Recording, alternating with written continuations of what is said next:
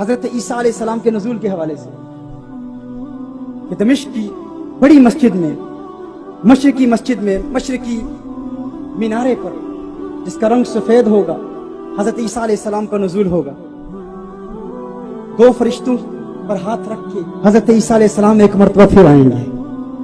اور حدیث شریف میں آتا ہے کہ دو چادریں پہنی ہوئی ہوں گی، یلو رنگ کی، پیلے رنگ کی، ایک اوپر اور ایک نیچے، اور حضرت عیسیٰ علیہ السلام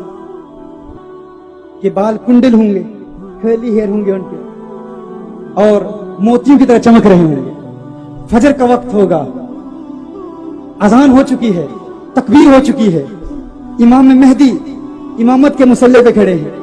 نماز پڑھانے والے ہیں، صف میں ایک کھڑا شخص اچانک دیکھے گا، وہ کہے گا آگے آگے، سب پیچھے دیکھیں گے، کون آ گیا؟ عیسیٰ علیہ السلام آ گئے۔ نبی کریم صلی اللہ علیہ وسلم نے حضرت عیسیٰ علیہ السلام کے حوالے سے فرمایا جب عیسیٰ علیہ السلام آئیں گے تو امام مہدی امامت کے مسئلے سے پیچھے ہٹیں گے، لیکن عیسیٰ علیہ السلام فرمائیں گے نہیں، آج میں آپ کی ابتدا میں نماز ادا کروں گا۔ میرے آقا نے ارشاد فرمایا کیف انتم اذا نزل ابن مریم فیکم و امامکم فیکم، ہے میری امت تمہاری شان دیکھنے والی ہوگی جب بنی اسرائیل کا نبی میری اولاد مہدی کی ابتدا میں نماز ادا کرے گا۔ نماز کے فوراً بعد جنگ کا سما ہوگا، یہودی باہر کھڑے ہیں، اور یہودیوں کا لیڈر کون ہوگا، قائد کون ہوگا؟ دجال ہوگا۔ نماز کے بعد حضرت عیسیٰ علیہ السلام کو دجال دیکھے گا۔ حدیث کے الفاظ ہیں کہ جس طرح نمک پانی میں پگھل جاتا ہے، دجال اس طرح پگھل جائے گا کہ پھر وہ وقت آئے گا جب اس پوری دنیا میں کوئی ایک بھی کافر نہیں ہوگا، حضور کے کلمے کا کوئی ایک بھی منکر نہیں ہوگا، سارے مسلم ہوں، سارے لا الہ الا اللہ محمد الرسول اللہ صلی اللہ علیہ وسلم پڑھنے والے ہوں گے۔ آج پاکستان میں مسلمان بھی ہیں، غیر مسلم بھی ہیں، دیگر ممالک میں جائیں، امریکہ میں جائیں، آپ آسٹریلیا میں جائیں، یورپ میں جائیں، ہر جگہ آپ کو غیر مسلم ملیں گے، لیکن میرے آقا کی معنوی اولاد کی کثرت دیکھ لیں، کیسی اولاد عطا فرمائے گا کہ پوری دنیا میں کوئی بھی محمد الرسول اللہ کا منکر نہیں ہوگا۔ جب عیسیٰ علیہ السلام آئیں گے، اس کے بعد امام مہدی جو حضور اکرم صلی اللہ علیہ وسلم کے بیٹے ہیں، حسنی حسینی سید ہیں، ان کی موجودگی میں پوری دنیا میں سب کلمہ پڑھنے والے ہوں گے۔ اور یہ بھی آپ کو بتا دوں کوئی بدعقیدہ بھی نہیں ہوگا،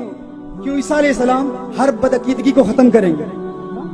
ہر کفر کو ختم کریں گے، سب کفر، ہر قسم کے کفر کو ختم کرنے کے بعد عیسیٰ علیہ السلام ایک کام کریں گے۔ مسند ابو یعلا کی ایک روایت ہے،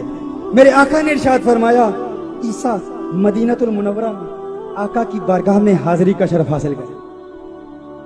آقا کی بارگاہ میں حاضر ہوں گے، اور کیا کریں گے؟ حضور کے مزار پر حاضر ہوں گے، حضور کے دربار پر حاضر ہوں گے۔ میرے آقا نے ارشاد فرمایا، اور اس حدیث کے سارے رجال صحیح ہیں، مسند ابی یعلا کی اس روایت میں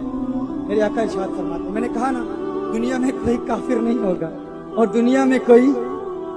بدعقیدہ بھی نہیں ہوگا، کوئی گمراہ بھی نہیں ہوگا، کیونکہ عیسیٰ علیہ السلام ہر گمراہی کا خاتمہ کریں گے، میرے آقا کے دربار پر جائیں گے، آقا کی بارگاہ میں درود و سلام کے گجرے نچھاور کریں گے، آقا کو پکاریں گے۔ ایک بات تو یہ واضح ہو جائے گی، جو کہتا ہے مدینۃ المنورہ کا سفر کرنا ناجائز ہے، عیسیٰ علیہ السلام کہیں گے میں اللہ کا نبی ہوں، میں کہتا ہوں جائز ہے، میں تو جا رہا ہوں، مجھے دیکھو۔ اور فقط جائیں گے نہیں، میرے آقا کی بارگاہ میں جا کے میرے آقا ارشاد فرماتے ہیں لئن قام علی قبری فیقول یا محمد، حضور کی قبر پہ جا کے حضور کو پکاریں گے، یا رسول اللہ کے ترانے الاپیں گے۔ مت سمجھنا کہ میں جواب نہیں دوں گا، جو کہتا ہے حضور مر کر مٹی میں مل گئے ہیں، الیاذ باللہ، ایسے گستاخ کی بات نہ ماننا۔ دیکھو سچا عقیدہ دینے کے لیے عیسیٰ علیہ السلام آئیں گے، حق اور باطل کے مابین حد فاصل وضع کر دیں گے، حد امتیاز واضح کر دیں گے کہ اللہ کا نبی آیا ہے،